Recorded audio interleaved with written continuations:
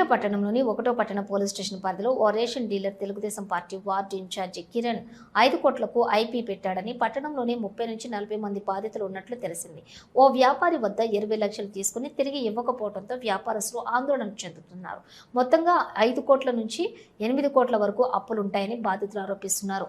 తీసుకున్న మొత్తంలో ఆన్లైన్ వ్యాపారాలు, రియల్ ఎస్టేట్ చేసేవాడు. అదేవిధంగా ప్రజల వద్ద చీటీలు వేసి డబ్బులు వసూలు చేశాడు. అతను కనిపించకపోవడంతో ఇంటి చుట్టూ తిరుగుతున్నామని పోలీస్ స్టేషన్లో కూడా ఫిర్యాదు చేయడం జరిగిందని, న్యాయం కోసం జిల్లా కలెక్టర్కు ఫిర్యాదు చేయడం జరిగిందని, జిల్లా కలెక్టర్ జిల్లా ఎస్పీకి రిఫర్ చేయడం జరిగిందని, ఈ సందర్భంగా జిల్లా ఎస్పీ కూడా ఫిర్యాదు చేశామని వ్యాపారస్తులు ఆవేదన వ్యక్తం చేశారు.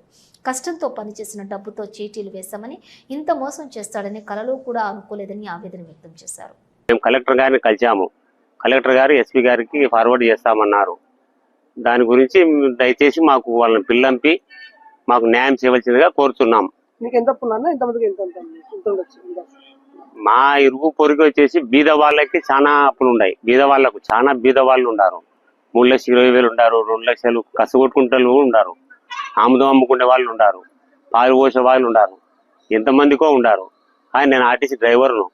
ఒక ఆర్టీసీ డ్రైవర్ అయ్యింది న్యాయంగా నా దగ్గర బాండ్లు ఉన్నాయి, బాండ్లతో సహా ఉన్నాయి, బాండ్లు డేటు కూడా ఉన్నాయి. అవతల బాండ్లు రాపించిన మంచి బాండ్లు ఏమంటే బాండ్లు ఇవ్వకుండా సతాయిస్తున్నాను నన్ను. ఇది పరిస్థితి. అంతే అన్న. నా పేరు సురేంద్ర.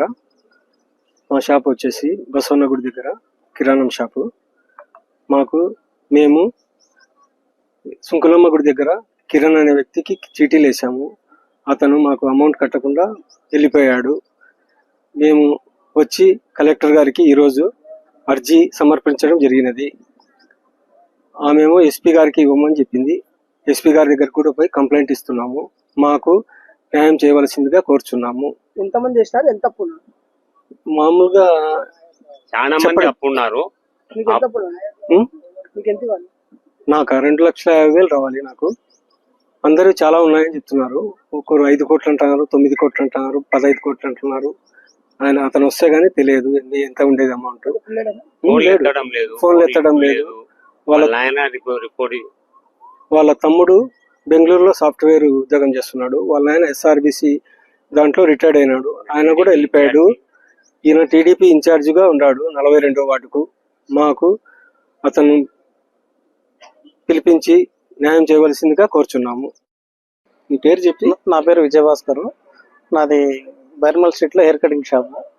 నేను కిరణ్ కుమార్ అతని దగ్గర చీటీ వేయమని అడగ నేను కట్టినాను. 20 నెలలకు పూర్తి చేసిన. లాస్ట్ మూమెంట్లో 20 నెలలు అయిపోయిన తర్వాత గట్టిగా అడిగితే ఒక 2 లక్షలు